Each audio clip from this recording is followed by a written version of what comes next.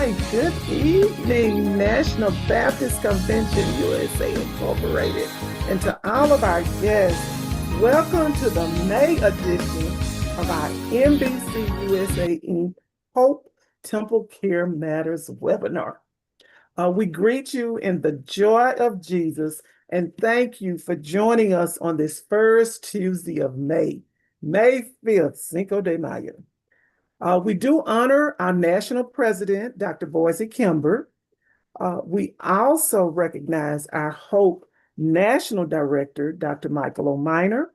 And tonight, we gather once again to strengthen our churches, protect our communities, and walk together in faith, health, and service.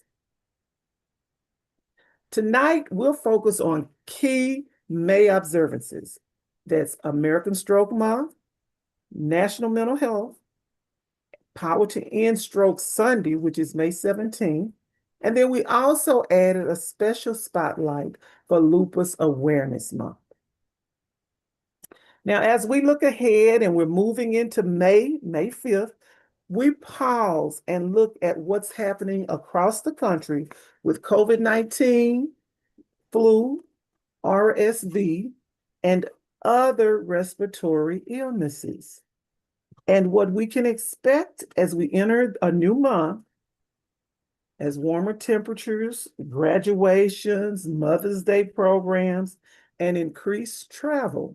But remember, respiratory viruses continue to circulate. So stay informed. We want to help our churches stay prepared and keep our congregations healthy. So over the past month, overall respiratory illness in the United States has continued to decline. So with COVID-19 still remaining at low levels, flu activity dropping sharply, and RSV now at minimal levels in most regions, we still want to make sure that as we gather, we learn and know how to care for one another and how to protect our most vulnerable populations. So again, we want to protect one another.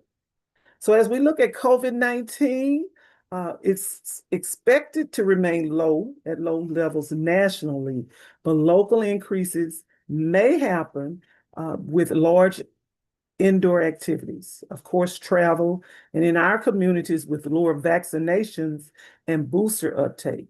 High-risk individuals should continue to take precautions during crowded gatherings. So remember, you can still mask up. Flu activity is now low across most of the country.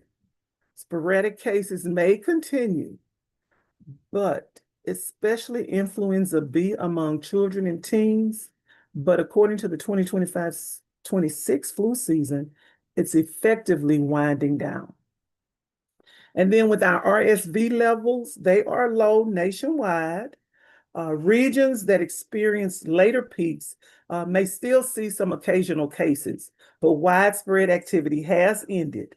Of course, infants, young children, and older adults remain the groups that are most likely to experience these complications. So let's protect them. Then as we move from April into May, the message remains steady. We are in a much better place than we were during the winter months, but we should continue to practice care and consideration. If we stay informed, stay compassionate, and stay committed to one another's well-being, our churches can continue to be places of safe gathering, strong witness, and shared health. So, as we continue our commitment to caring for God's temple, we recognize that wellness is not only physical, it is emotional, mental, financially, and spiritual. Many of our challenges we face in our families, in our churches, and our communities are actually shaped by mental health. And that brings us to our focus for the month of May. May is National Mental Health Awareness Month. This is a time to shine a light on the importance of emotional mental health. emotional well-being, reducing the stigma, and reminding our congregations that mental health is a vital part of whole person wellness. So, mental health struggles are not a sign of weakness. They are part of the human experience. So just as we care for our bodies, we must also care for our minds and spirits. So we encourage you to visit hopenbc.com to download the Mental Health Awareness Month Toolkit. Duke has it showing on the screen, but download that kit. Visit hopenbc.com. We have some great resources for you to share with your congregation. So for our Black communities, this conversation is especially important because we have generational trauma, ongoing injustice, caregiving responsibilities, financial strain, and limited access to mental health resources. All these can create barriers to healing. But the good news is that the faith communities are uniquely positioned to offer compassion, connection, and hope. So as we look at whole person wellness, mental health does affect every part of our life, our relationships, our decisions, our worship, and our service. So we're encouraging each other, we're encouraging our members to check in with yourself emotionally, physically, financially, and spiritually. We want to break the stigma. We want to seek help.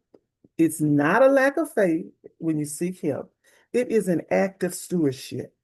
Because remember, Jesus welcomed the hurting without shame. And then community support. Healing does grow in a community, and churches are our safe spaces for honest conversations, prayer, and mutual care. And scripture does remind us the Lord is close to the brokenhearted. In Psalm 34:18, he meets us in our struggles and walks with us toward wholeness. And some ideas we want to share with you so you can share with your congregation. Host a Green Sunday. That's a Sunday where you can highlight mental health awareness and offer a moment of prayer for emotional well-being. Share weekly mental health tips in your bulletins, group chats, announcements on your social media posts. Offer short workshops, recognizing the signs of emotional distress, supporting loved ones, and building resilience. You can even partner with your local resources. You have counselors, chaplains, HBCU psychology programs, or even your community mental health centers. Ask for the education and referrals that they have available. Encourage wellness ministries, such as your walking groups, journaling circles, meditation moments, and even grief support gatherings. And one health observance that we're focusing on tonight is lupus awareness. NBC family, as we enter the month of May, we lift up an issue affecting many of our congregations and communities. Do you know that lupus is a chronic autoimmune disease that impacts hundreds of thousands of Americans, especially our Black women? It may not always be visible, but its effects are real. Fatigue, pain, inflammation, and unpredictable flare-ups. Yet those living with lupus show remarkable strength and resilience every day. So for us as a faith community, lupus is both a stewardship and a justice issue. Our Black women are diagnosed later and we experience more severe complications, not because the needs are different, but because access, awareness, and advocacy have not always been equal. So the church stands in the gap. When pastors speak, when congregations understand chronic illness, and when ministries offer compassion and flexibility, we help close that gap. So tonight, let's remember the lupus warriors. We're calling them warriors, our lupus warriors in our pews who may be suffering quietly. Let's think of the women pushing through this fatigue, the caregivers who need encouragement, and the families seeking understanding. And let's commit to being a source of compassion, education, and hope, because every person and every journey matters to God. So, as we reflect on the importance of understanding lupus with compassion, with clarity, and a commitment to justice, it's also important that we hear from those who work closely with patients, families, and communities every day. Tonight, we are blessed to have with us someone whose work embodies both expertise and heart. Miss Anne Marie, she currently serves as the CEO of Lupus Foundation of America's Texas Gulf Coast chapter, a standalone affiliation of the national organization, the Texas Gulf Coast chapter, which supports the mission of the Lupus Foundation of America. To shorten it, we say LFA. Yes. And through community-based education and advocacy programs held throughout the Texas Gulf Coast. Anne Marie joined LFA Texas Gulf Coast after beginning her second career in nonprofit work in 2012 at the center in Houston, working in the not-for-profit space in multiple disciplines, including business development, community relations, major gifts officer, and chief development officer. Anne Marie joined the fight against lupus in October 2012, and she has not looked back. So, using her experience in sales and marketing in the for profit world, combined with lessons learned from nonprofit organizations and agencies across Houston, Anne Marie applies real world experience to the nonprofit heart for the mission. The goal is to ensure the nonprofit chapter of Texas Gulf Coast is available for any lupus warrior in need for decades to come. And Anne Marie is happily married to her, listen to this, her voluntold husband, Kevin. Oh, Kevin got to show his face. They share in the joy of his daughter's best recent marriage. Congratulations. Playing tennis, collecting wine, and spending time enjoying their home and dogs, Roscoe and Maggie. And we are grateful to have her voice at the table tonight as we deepen our understanding and strengthen our ministry response. So, Anne, let's begin our conversation. First, I want to ask, how do I pronounce your last name? Oh, don't worry about it. It's German. I'm You, it's Blackater is Black. I married a very German family. Yes. Okay, okay. Because I know how I am with my last name. I'm like Carper, not Carpenter, Carper. So I want to make sure your name was correct. Yes. Okay, Thank you for that. That's very kind. great. So you've had a remarkable journey from the for-profit world to the nonprofit leadership, and now serving as CEO of the Lupus Foundation of America's Texas Gulf Coast chapter. So what inspired you to join the fight against lupus? Uh, it's such an interesting question.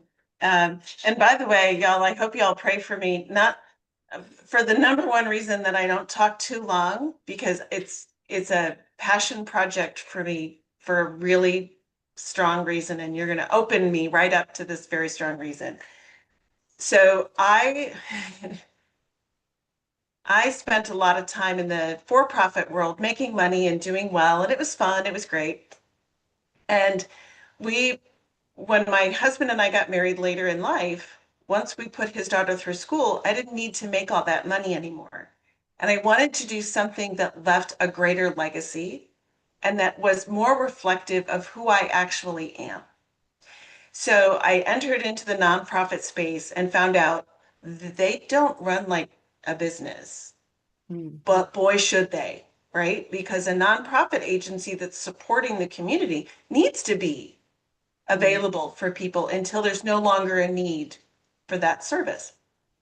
So I found that I could take the business acumen and slide right on over. The really interesting thing is when I had the opportunity to talk to the Lupus Texas Gulf Coast about their CEO position, I thought, I'm not ready to be a CEO. And my husband, the amazing Kevin, said, yes, you are. And so I basically I did the interview because he was insisting that I at least give it a shot. mhm, What was a blessing there is that when I did the interview, I came to understand during my research for that interview that lupus impacts almost 2.5 million people in this country. 90% are women, and 63% of those are Black or Hispanic. Well, why is our office in Shishifufu land where there's no people of color that can find us? Why are mhm, we not doing programs that educate communities that are impacted by this disease so that they can get a diagnosis and treatment and have their life be saved? mhm, So I went to the board and said, this is what you should be doing, and this is how you should do it, and good luck. And they said, well, will you do it? And I was like, but you don't want to do all that change. And they said, we actually do. We don't have any idea how. And so mhm, when you realize that somebody wants to do the change to do better, you want to be a part of that. And the funny thing about me is I'm actually a mixed race individual.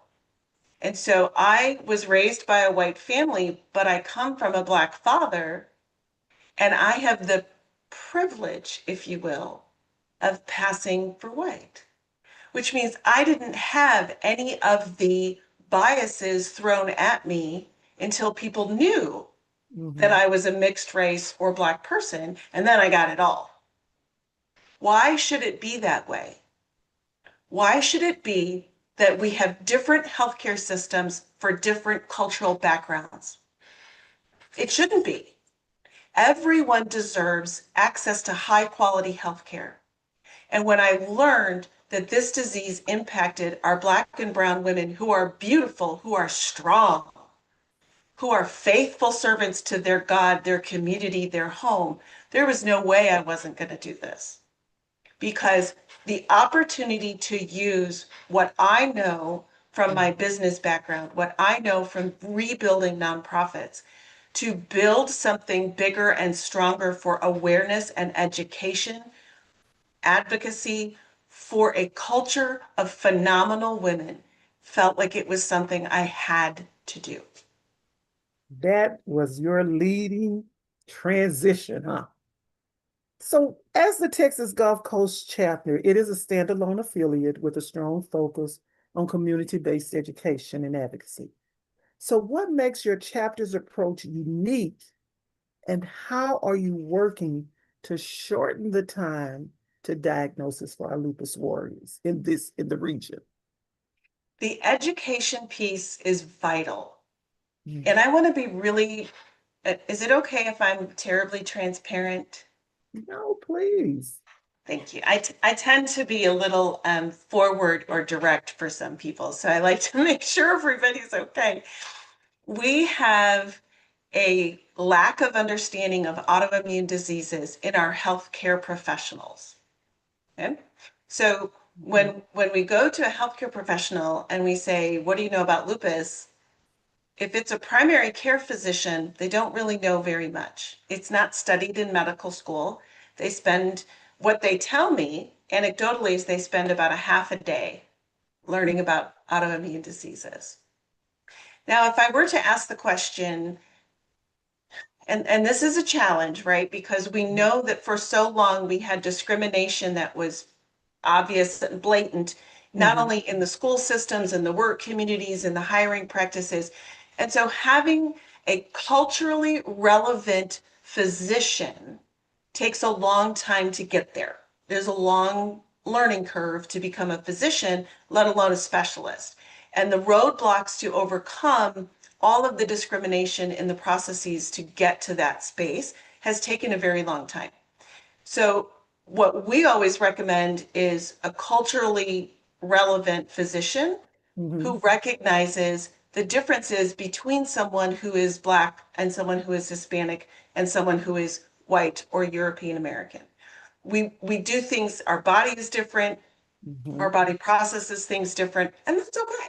There just has to be an open mind to that situation. So we educate our healthcare professionals primarily at the primary care physician level because that is our first call when something doesn't feel right. If you feel wonky, you've got a really bad migraine for days, your joints are swelling, we tend to go to our primary care physician a lot of times because that's what our insurance requires. Hmm. So if we go to a primary care physician who's not a specialist in autoimmune disease, who hasn't studied lupus in any way, shape, or form, and who doesn't look like us, we might get a response of, you probably should lose some weight, you might be pre-diabetic, drink more water, moderate exercise, come back and see me in 6 months. But what if it's lupus? Because a physician that is not an African American physician may not know that lupus is more prevalent in the African American community. So can you tell us what is lupus? I know you mentioned autoimmune disease. Yes. Lupus is, it's one of the autoimmune diseases, which includes vitiligo, gout, and fibromyalgia, and so many others, Sjögren's, rheumatoid arthritis. There's a ton of them. And the lupus, in its essence, is the body's immune system attacking the body itself. Mm. So one of my wonderful people who taught me so much about this disease would tell me it's an equal opportunity organ destroyer. From the top of the head to the tip of the toes, it can take your hair, your eyesight, your teeth. It can create a stroke, cause heart damage, cardiovascular problems. It can decrease your lung capacity and your ability to breathe. It really likes the kidneys, leading to dialysis and eventually a required transplant if one is available. It damages the joints. I've seen it take the teeth and take the toenails. Mm. It also can impact the skin. So you might know the singer Seal, who has the scarring on his face. Mhm, mhm, That is lupus. That is discoid lupus. It's on the skin. mhm, Nick Cannon, although he needs a lot of prayer, let's just be honest. Nick Cannon has lupus nephritis, which means he has lupus that impacted his whole body and also attacked his kidney. mhm, Toni Braxton, lupus nephritis. Once it tried to take her kidney. I think she may have had a transplant. And so there's more and more opportunity to understand it is actually a wider disease than what was originally thought. More people have it than we thought because our physicians, our primary care, are chasing the symptom you're coming in with, not the mhm. cause of that particular symptom. So what are some common myths and what does the science actually tell us about lupus? So, first, I'll tell you if you Google lupus, Hmm. it is not cancer, it is not contagious. It is actually something that can be passed through the generations. Hmm. So, any autoimmune disease can beget any autoimmune disease. So, you can get it if you had that uncle that had kidney failure and died from kidney failure that nobody knew why his kidney failed. Hmm. We ask, what if it's lupus? Hmm. Right? Because maybe he was just never tested or diagnosed. So, what you can see in lupus that can be easily confused with other things is the hair falling out in clumps. Now, my hair is kind of shellacked back because it's humid in Houston today and my hair is very curly and it grows tremendously in humid weather. But if it were to come out, I would be very upset. Would you? Hmm. Yes, this would be upsetting. And yet, what does a doctor tell us? Oh, it's probably stress. Hmm. Okay, what if it's lupus?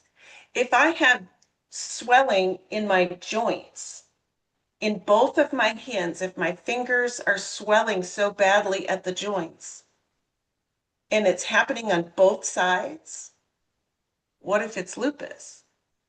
Severe migraines, Mm, extreme fatigue, and the fatigue that says, I went to bed at 8 last night, it's 10 o'clock the next morning, and I cannot bring myself to move a muscle to get out of this bed. mm, That is how lupus warriors feel. If you're out in the sun and it just creates a rash on your face or your body, ooh, what if it's lupus, right? There's so many symptoms because it can attack any part of the body mhm, that we, as the patient, have to be incredibly, incredibly self-advocating to ask for the test for lupus because it's only a blood test. mm. That's Okay. it. It's just a That's, blood test. yeah, because I was getting ready to ask, how is lupus diagnosed? Through Mm-hmm. the blood test. It's a blood test. Now you do have to request it. It's called an ANA panel. And that what they're looking for is certain levels of antibodies, double-stranded DNAs that are clear indicators. However, the American College of Rheumatology, which is kind of an overall guide for autoimmune diseases, Mhm, indicates that if the test is negative, that doesn't mean you don't have lupus. The physician should be looking at your symptoms to determine if lupus could be a possibility and begin treatment until 3 months goes by and you can do the test again. It's very difficult today to diagnose lupus because the test fails a third of the time. So support, what does that look like after a lupus diagnosis? Yeah. Um, Support can be a real challenge for folks. Now, we're here for people, and I don't care where you live, we're going to help you and we'll help you find resources, physicians, Mhm, whatever you need. There are support groups here in our area of Texas. We also do peer mentors. So we take a new lupus diagnosed person with someone who's been on the journey for a while and we partner them up if they have a similar background, similar cultural identity, someone they can kind of talk through with because as you noted with Mental Health Awareness Month, that impacts lupus patients tremendously. The mhm, depression and the mental health state of many lupus patients is very difficult. It's mhm, very challenging. So we want to give them all the support we can. It usually takes a very dedicated family member. Maybe it's a life partner, a spouse, a really dear friend, a cousin, an auntie. But you many times patients whose disease is progressing or they were diagnosed so late that their organ impact is severe, mhm, they need a lot of full-time care and often have to go on disability in order to maintain a reasonable lifestyle. In other words, pay for their treatments, pay for their medicines, pay for the dialysis, etc. Support can be a real tough road. and why is this important for our churches to understand? Well, if you were to go back to your home church and ask who in the congregation might be impacted by lupus. And that means someone who has it, has a family member who has it, has lost a family member that has it. You're Mhm, going to see an awful large number of hands that go up. And that's only if they were even diagnosed. mhm, Because we know that this primarily impacts our Black and Brown community. And although it is 90% female, can I just tell you, when it hits our men, mhm, it's far more aggressive in our Black men. mhm, Far more. And it usually shows up in the kidney first before mhm. any other symptom is so big that they comment and say something is wrong. So with, It, oh, excuse me. I'm just, one of the things that's great about our faith communities, our home church, is the Mhm, safe space, right? mhm, That's a right, church is a safe space for me. And if I need to talk to someone, I know that I can. With that safe space, talking about our health, talking about these opportunities, mental health, Mm-hmm. lupus awareness, kidney awareness, all of the things that can go wrong because our Black community, again, we have not built an infrastructure that is there to strongly support and promote the good health for our Black community. That is not what America has built. And I apologize, that's just how I talk. It, Mm-hmm. if we don't talk about it, who will? Right. Right? So, And so in a safe space, you should be comfortable talking about health and how to help one another. so what should our church leaders know about the fatigue, the pain, and the invisible illness? I think from the mouth of every warrior that has ever answered this question from me, Uh-huh. that it's real, Mm-hmm. that it's real. I have a wonderful friend. Her name is Jomitra. She happens to have lupus. She's actually the executive director of the African American Health Coalition. And she's a fierce warrior. She's an enormous health advocate. She's a community health worker, instructor. She is amazing and out there all the time and to her own detriment. And she is the third Mm-hmm. woman who has come to me and said, my husband doesn't believe me and has left me and told me it's not real. I'm faking it. She's had her hair fall out. She's been, one day I saw her, she was so swollen, she was unrecognizable, and I've known her for 5 years. Mm-hmm. It is real.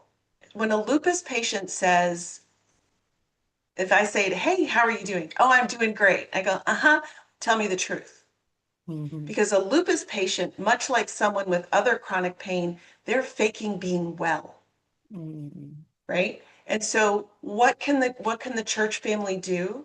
Mm-hmm. See them for who they truly are, Mm-hmm. love them for who they truly are, and support them even when they even when they can't return that to you. Mm-hmm. Sometimes they just don't have it. But it is real. It is very real.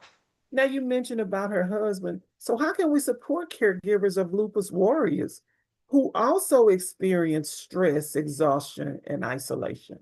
Yes. How can we It, support the it caregivers? it's a tough one. I think for one, allowing those caregivers to have a space to talk to one another is incredibly helpful. And may I just share that goes for parents who have children with lupus. They have the parent, the caregiver has to be a fierce advocate. The Mm-hmm. lupus patient, and again, we have this bias in our healthcare system. And so when a Black woman goes in and says, you're not listening to me, I'm telling you these are the symptoms, Mm-hmm. do we get the kind of response that's deserved? Or do you get the don't get angry with me response, right? A fierce advocate is able to actually be with you in the physician's office, with you when you have a hospital stay due to what we call a lupus flare, Mm-hmm. knowing what medications you're on, knowing what treatments you're supposed to be getting, who is your primary caregiver from the hospital, from the physician standpoint, so that if there's a crisis, that caregiver has all the information needed. Now, we play that role for some patients. We Mm-hmm. have we have what's called a flare kit on our website that helps the lupus patient be prepared for an emergency. What Mm-hmm. hospital can I go to? What medicines do I take in what levels? These are all the things that my partner, my advocate needs to know so I can be treated properly in the hospital. And believe it or not all hospitals are the same, are they? Right. Some hospitals don't have a rheumatology service, Mm-hmm. and rheumatology is who treats lupus. So Mm-hmm. you can't just go to any hospital. You have to plan in advance for which one's going to be able to treat your disease. Mm-hmm. So what role can our faith communities play in reducing this stigma and promoting hope for those living with lupus? I think Oprah said it really well. Each one teach one. You know, we already know everybody has something. Everybody has something. I have something. Lupus patients have something. For some people, it's really visible, and for some, it's not. We know as followers of Christ that we go with grace and we give grace, Mm-hmm. right? So if someone is having an off day, go with grace. If you know that they have lupus and they look exhausted, may I carry this to your car for you? Would you Mm-hmm. like a wheelchair to get back to your car? Can I wheel you into the luncheon? Small acts of kindness can go a very far way. The largest of which is allowing a person to be seen exactly where they are, the same way that Christ sees us. Mm-hmm. I, Mm-hmm. you know, I took my proclamation and did my walk of faith. I was nowhere near perfect. I'm still not anywhere near perfect. Thank goodness Christ does not wait for me to be perfect to love me. Right. And Grace and mercy, grace and mercy, grace grace and and mercy. And that is a gift that we can give to our home church members. mercy. That's that's how I feel about that. Okay. So as we observe Lupus Awareness Month, what final message of encouragement would you like to leave with our NBC USA Inc. family? I think it's amazing that you're talking about this, and I'm ever so grateful. I hope that church members, I hope the members of this body go back to their home churches and ask who might be impacted by this disease and how they might be able to provide assistance. Maybe they can start a lupus support group in their community and even bring new members to their church. There's so much we can do by simply talking about lupus. And all of you, but I'm in Texas, so I'm going to say all y'all have taken a huge first step in helping to break the silence around this Mhm. incredibly cruel disease. Thank you. Well, we thank you. Thank you so much. I'm looking at the chat and I see comments. Your bio mentioned your voluntold husband, Kevin, and your love for tennis, wine collecting, and your dogs. Is it Maggie May and Peanut? It used to be Roscoe and Maggie May, and unfortunately, Roscoe. And so we have Peanut and Maggie May. They're usually in the chair behind me, but they're busy playing in the other room tonight. Okay. Well, tell husband Kevin, thank you. And Will how do. do these joys outside of work help you stay grounded while leading such an important mission? Everybody has to have a little relief, Hmm. right? Right. Um, and Patricia from Tuskegee, I see you, and I hope you go to Dreamland as often as I wish I could. Um, the tennis is how my frustration can be worked out. I'm a rather competitive tennis player. Mhm. And so that way I'm getting all of that adrenaline and activity out. And as we all know, even though we should walk 3 times a week and do those things, we don't always make time or, and I think it is for me, make the time. I just need to get up earlier and go do it. It Mhm. allows my head to be clear and focus and be prepared to face the day supporting those that I love to support. Yeah. So I think those are really crucial things. My wonderful voluntold husband, Kevin, we just had our lupus walk in Houston this past Yeah. weekend. Yes, my Right now, sister participated. excellent, thank you. You know, he's got a truck full of chairs and tables to go back to the tool bank tomorrow because we had to go pick everything up and I had to go to another meeting and he's like, I got it. He just takes care of it. It's, you Wonderful. know, I don't know how we do it without him Yeah. because he just kind of leans in and my board always says we got a 2-for-1 deal with you two. Because if he Wonderful. doesn't support the work, it's too difficult for me to be able to do it because I still had to get dinner going. Mhm. So when he gets home, he can still have dinner. We'll be ready. So, Yes. Anne Marie, we thank you so much for sharing your wisdom, your clarity, and your heart with us tonight. Your insights do help our congregations move beyond awareness into real understanding, compassion, and support for those living with lupus. You've given us language and practical steps that will strengthen how we care for every family God has placed in our fellowship. And so we're so grateful for the work you do in the community and for the way you've poured into our family this evening. So you're part of NBC USA Inc. family. So we want to thank you. And everyone watching, don't worry, Anne Marie is going to stay on for our Q&A period. So you can put your questions in the chat, or you can also make a note. So when it's time for Q&A, you'll be ready to jump right in. So as we continue our conversation, we want to remember American Stroke Association. The Power to End Stroke Sunday is May 17th. So celebrate as we continue. When we say celebrate, that means bringing that awareness as we continue our commitment to caring for God's temple.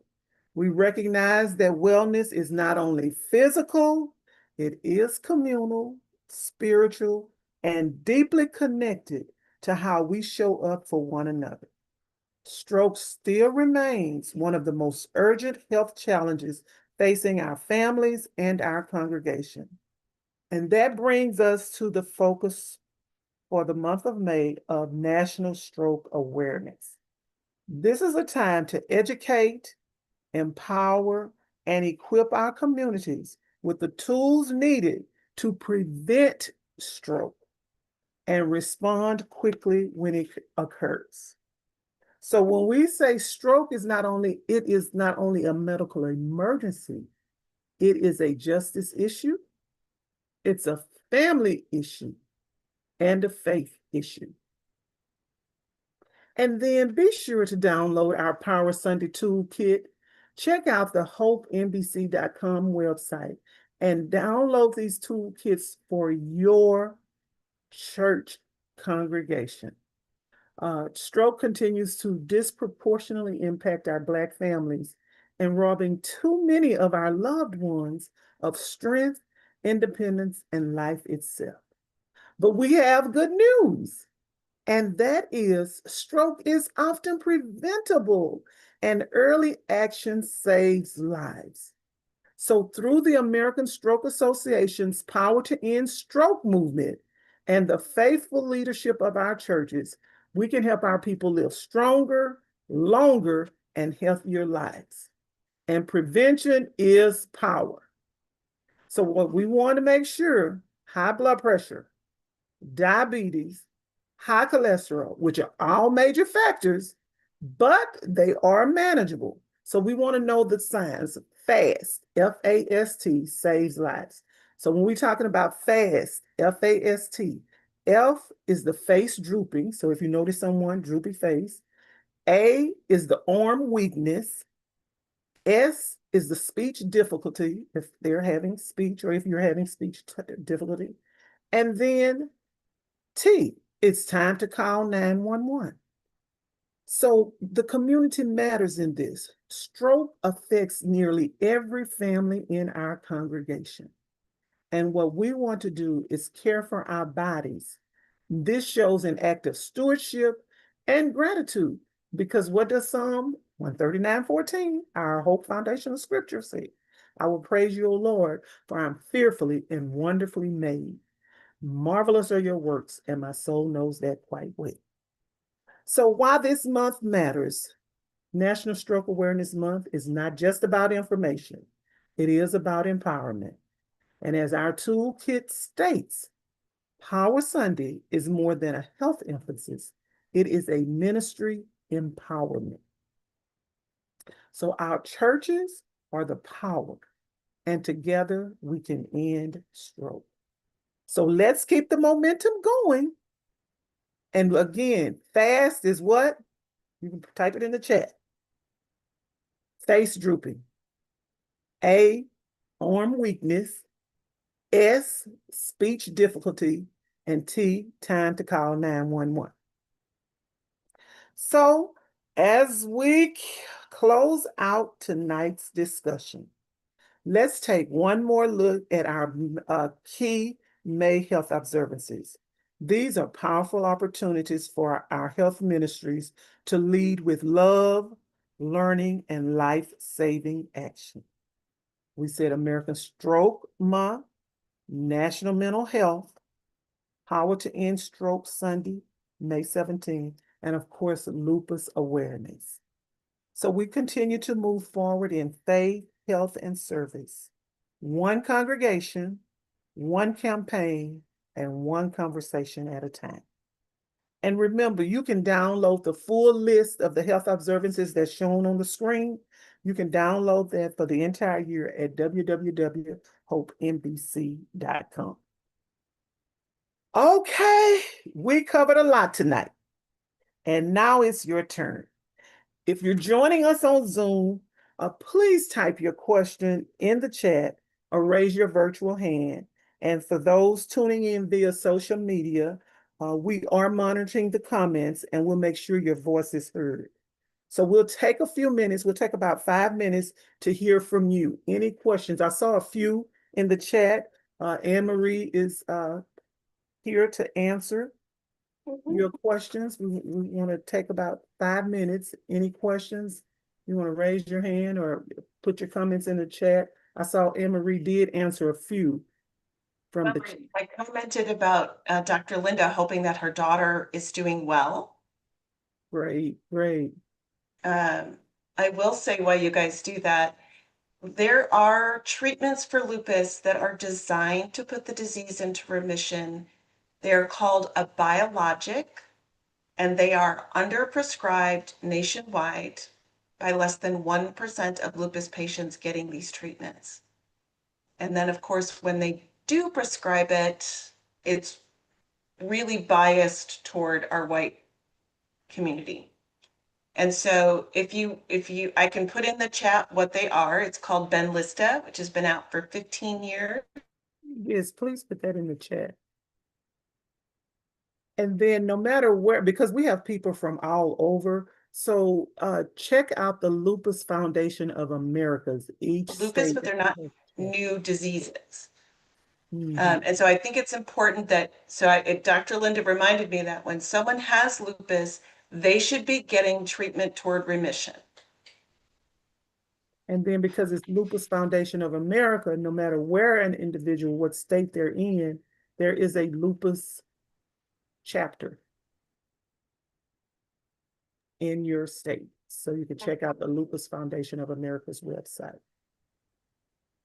Any other hands raised? Any other questions, comments? So it's Benlysta or Saphnelo? And may I answer Miss Stephanie's question? Yeah, sure.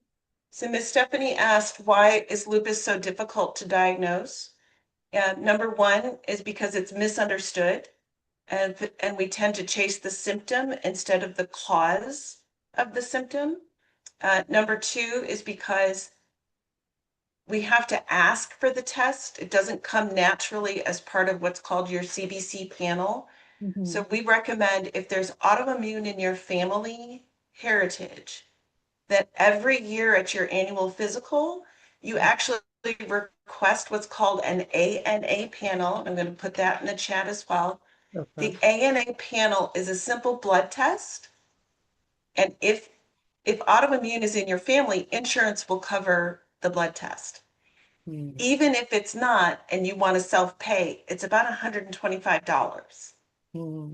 So if you have a suspicion that you have two or more of the lupus symptoms we talked about, hair loss, extreme fatigue, joint pain, if your urine is funny because it's impacting your kidney, if your urine is kind of frothy or looking funny, sounding funny when it hits, or smelling funny, then I would ask, hey, I'm a little concerned. This could be lupus. It runs in my family. I'd like a test. And the doctor is going to say, no. And you're going to go, yes, it's my decision and I would like one and it runs in my family. And then they'll do it for you. Because we are stewards of our own health. Sister Patricia, you can unmute yourself. I see your hand is raised. Can you unmute yourself, Patricia? Sister Patricia, unmute. That's okay. She already answered my question when she said what the test was. I just needed a repeat for that. And while I'm here, I will say Dreamland is very delicious. It's good. So, and I have to tell you, Tuskegee's is the best. I've been to Mobile, Birmingham, Montgomery, and Tuskegee, and I like Tuskegee's the best. All right, thank you. Any other questions? Dr. Linda is saying your daughter is 56 now. I'm curious, when was she actually diagnosed? Dr. Linda? Can you unmute Dr. Wilkie? Are you able to unmute? Or if you want to, Yes, okay, do there you you are. hear me? Yes, Yes, Uh, ma'am. ma'am. about 20 years ago, I Okay. think, because she went through a series of tests. They test her for sickle cell, and the doctor decided to test her for something else and to run more tests, and that's how they found it. They finally found it. So Mhm. did she have other organ impairment? Yes, she was always aching and sick. Yeah, And yeah. yes, And and the reason I ask is because it brings up a really good point. Lupus going undiagnosed, like anything else, if you have the flu, RSV, Mhm. COVID, the faster you get a diagnosis, the faster you can begin treatment, right? Mhm. yes.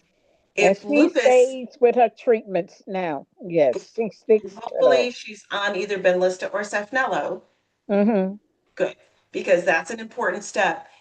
What happens is if lupus is not being treated, if we're only treating the symptoms, okay, the joint swelling, the fatigue, if we're only treating the symptoms, lupus is continuing to attack the organs inside your body. So the reason Nick Cannon's story went so big, because Nick Cannon was like, it's just lupus, it's fine. Mhm. And then his kidney went, oh yeah, watch this. And Mhm. so he ended up with a very bad case of lupus nephritis. And I can't tell you how many people I've met with that same story, especially our young men getting diagnosed about 20 years old. Mhm. So it's important. I'm glad she does have a diagnosis now, Dr. Linden. I'm glad she is on the best treatment available. That's what talking about lupus can change for you. Is somebody might say, "Oh my gosh, I have those symptoms. What if it's lupus?" Yes, because I used to call it the many faces of her, different faces she was going through. Today this and tomorrow that, or Mhm. yesterday it was that. Well, we Well, So want to thank you. hopefully she continues to thrive and will get to remission with those drugs.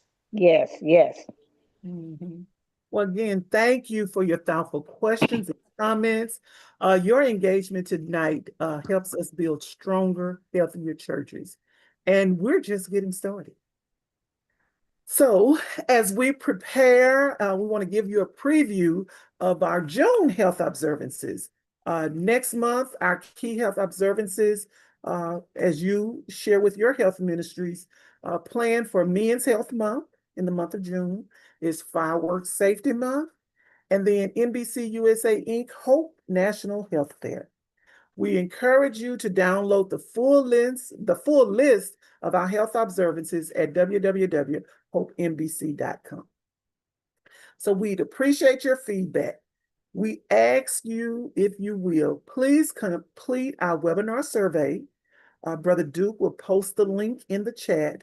We ask that you complete it because we know the biggest room for improvement is for us to hear from you, to share with us where we can improve on. So this webinar, we want to hear from you. What words, what do you want to see? So please complete the survey. So we appreciate the tireless work of our NBC USA Inc. Hope team, our dynamic leader, Dr. Michael O'Miner, Dr. Desi Levy, Sister Lottie Miner, Sister Nettie Johnson, Pastor Dexter Moraney, Sister Ellen McKnight Hill, Dr. Felisa Washington, Minister Geraldine Moore, Sister Loretta Miller, Dr. Lavoria Williams, Sister Bettina Campbell, Dr. Marion Talley, Sister Ophelia Carr, and our very own Brother Thomas Duke Robinson. And then our regional coordinators include Pastor Daniel Blackburn. He is our Northeast regional coordinator. So anyone in the Northeast, send us an email at info@HopeNBC, and we will connect you to your regional coordinator. Pastor Bernard Montgomery, who's also the Assistant National Director, Southwest Region 1 and West Region Regional Coordinator. Yours truly, Dr. Linda Carper. I am our Southwest 2 Regional Coordinator and Southeast. Anyone on from Southwest 2 and Southeast? Yay. Sister Teresa Fales for Midwest, and Pastor Will Mitchell for West Regional Coordinator. So to connect with your regional coordinator, if you have not, please email info@hopenbc.com and we will connect you. Again, thank you for joining us this evening. As we close, we thank you, thank you, thank you. We invite you to stay connected with NBC USA Hope through our website. Look, it's on the screen, and social media platforms. We have our webpage, www.hopenbc.com, Facebook, National Baptist Convention USA Inc. Hope Health Initiative, YouTube, NBC USA Hope. Again, on the screen, you see our new look. Thank you, Brother Duke. This looks great. Please scan the QR code. You can have the Hope app right at your fingertips. And again, we encourage you to complete the survey. Complete the survey. So we want to say we will see you on Tuesday, June 2nd, 7:30 p.m. for our next TempleCare Matters webinar. Again, scan that QR code, get the Hope app, and have it at your fingertips. So before we close, we recognize our president, Dr. Boise Kimber, who reminds us we are changing the course, not our conviction. The gospel still works. And this has been a production of the National Baptist Convention, USA Incorporated, the nation's most collaborative religious denomination. May God continue to bless our bodies, minds, and spirits as we walk in wellness and wisdom together. God bless you and God keep you is our prayer. Now we will stay on for a few